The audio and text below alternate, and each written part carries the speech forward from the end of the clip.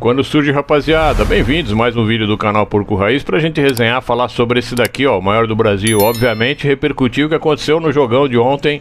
São Paulo nos seus domínios e Palmeiras de uma virada épica. Me lembrou muito a virada lá contra o Botafogo no Brasileirão de 2023, que fomos campeões. Vamos falar sobre tudo isso nesse vídeo, então fica com a gente, capricha no seu like, se inscreva no canal, dá essa moral aí pro Porco Raiz, o canal do Porcão. Bora lá.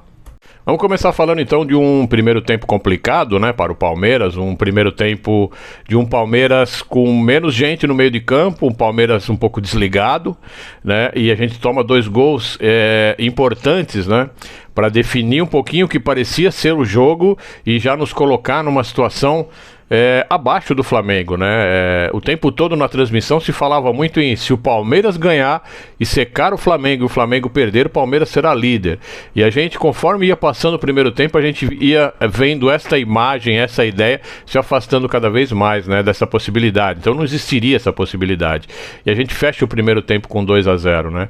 É bom frisar que teve no segundo gol do São Paulo, teve uma falta no Vitor Roque, né, que não foi marcada. É bom a gente frisar tudo isso porque essa discussão vem aí para as questões polêmicas do jogo, e a gente vai falar sobre tudo isso.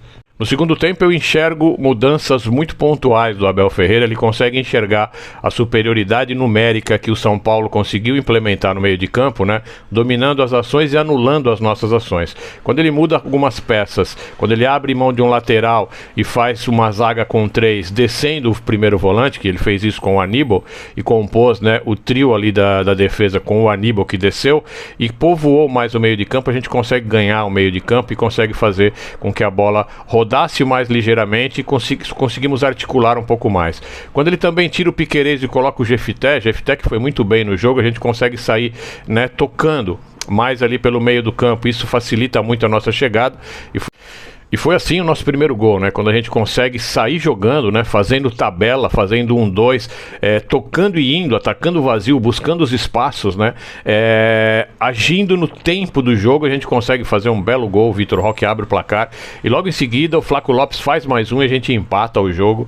E aí é só alegria, a gente começa a ver o Palmeiras jogando um pouco mais, articulando um pouco mais, dominando as ações, enquanto São Paulo vai sucumbindo, né? E a gente consegue a virada que me lembrou muito a virada lá em 2023 contra o Botafogo, na casa deles também. E muita gente dizendo que esse jogo pode ser o determinante de um campeonato vir ou não para o Palmeiras. Eu acredito que foi um jogo de muita importância e agregado à derrota do Flamengo para o Bahia, né, na casa do Bahia, nos domínios do Bahia. Enfim, foi uma rodada maravilhosa, rodada essa que a gente tem que aproveitar. Bom, polêmicas. Deixa eu falar primeiramente as polêmicas do São Paulo, né? Teve uma cotovelada, né, do Sousa, Alan Franco no Sousa, nada se marcou nessa jogada, uma jogada que a bola já tinha partido e o Alan Franco dá uma cotovelada no Sousa. Teve também o segundo amarelo, que seria para a expulsão do Bobadilla, quando ele retém o jogador, não o deixa prosseguir, né, que ficaria cara a cara com o goleiro, e isso é fato porque logo o Crespo sacou, né, o Bobadilla do jogo para que ele não tomasse esse segundo amarelo e não ficasse com 10 jogadores. E o que a gente vê depois disso, no meu entender, é que o árbitro fraco, né, e sem uma firmeza que a gente diria pontual, ele acaba querendo compensar um erro dele por outro erro, né? Enfim, o pênalti que, no meu entender, sem clubismo, tá, foi claro para o São Paulo, mas que me pareceu ser uma compensação da não expulsão do Bobadilla. Isso foi o que me pareceu. Árbitros fazem muito isso, né? Eles erram e aí eles querem compensar na mesma partida, fazendo vista grossa para uma outra questão, o que igualaria a condição. Então acho que foi muito isso que aconteceu no jogo entre Palmeiras e São Paulo, baseado e lastreado em cima de um amadorismo total que é a nossa arbitragem, né? Mas o que a gente não pode permitir é que se estigmatize esse jogo como um jogo determinado pela arbitragem. Isso não existe. O que determinou o resultado do jogo foram 3 gols que o Palmeiras fez e os fez com muita qualidade. Qualidade técnica, qualidade, superioridade numérica, qualidade tática e pelas mudanças que o Abel Ferreira fez. Outra questão que eu queria falar muito é a questão da mimizice que existe hoje em torno do futebol, né? Infelizmente, a gente tem hoje a zoeira do futebol, a resenha do futebol lastreada por outras questões, né?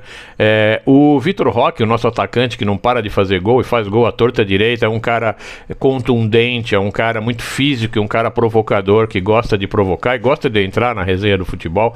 Resenha essa que é muito legal e todos nós, pelo menos nós do meu tempo, gostamos muito de fazer. Por exemplo, a gente chamar os São Paulinos de tricas ou de bambis, isso é comum, é do futebol. Assim como eles nos chamam de sem mundial, de porco e etc, etc. São resenhas do futebol. Quando eu falo que o São Paulino é um bambi, eu não estou me referindo às opções sexuais do São Paulino, de maneira nenhuma, é a resenha do futebol. E aí o fato do Vitor Roque ter postado um tigrinho arrebatando um viadinho, né, vai muito do problema que vocês têm na cabeça de vocês e muito dos problemas sociais que vocês imputam a vocês mesmos, né? Na verdade, ele não se referiu à questão homofóbica, ele não se referiu à questão de ser homem, de ser gay, de ser LGBTQIA, e seja o que for. O que ele se referiu foi a questão da resenha, da brincadeira e da zoeira.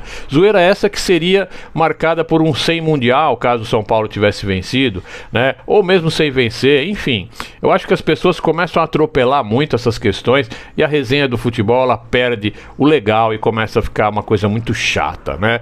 Infelizmente a gente tem hoje e nos dias atuais essa galera lacradora que vem querer falar de homofobia, que vem querer falar de racismo, que vem falar de direitos iguais e outras questões que nem estão circulando no âmbito do futebol e a gente perde muito com isso na resenha do futebol, tá? E eu tô aqui para defender essa resenha.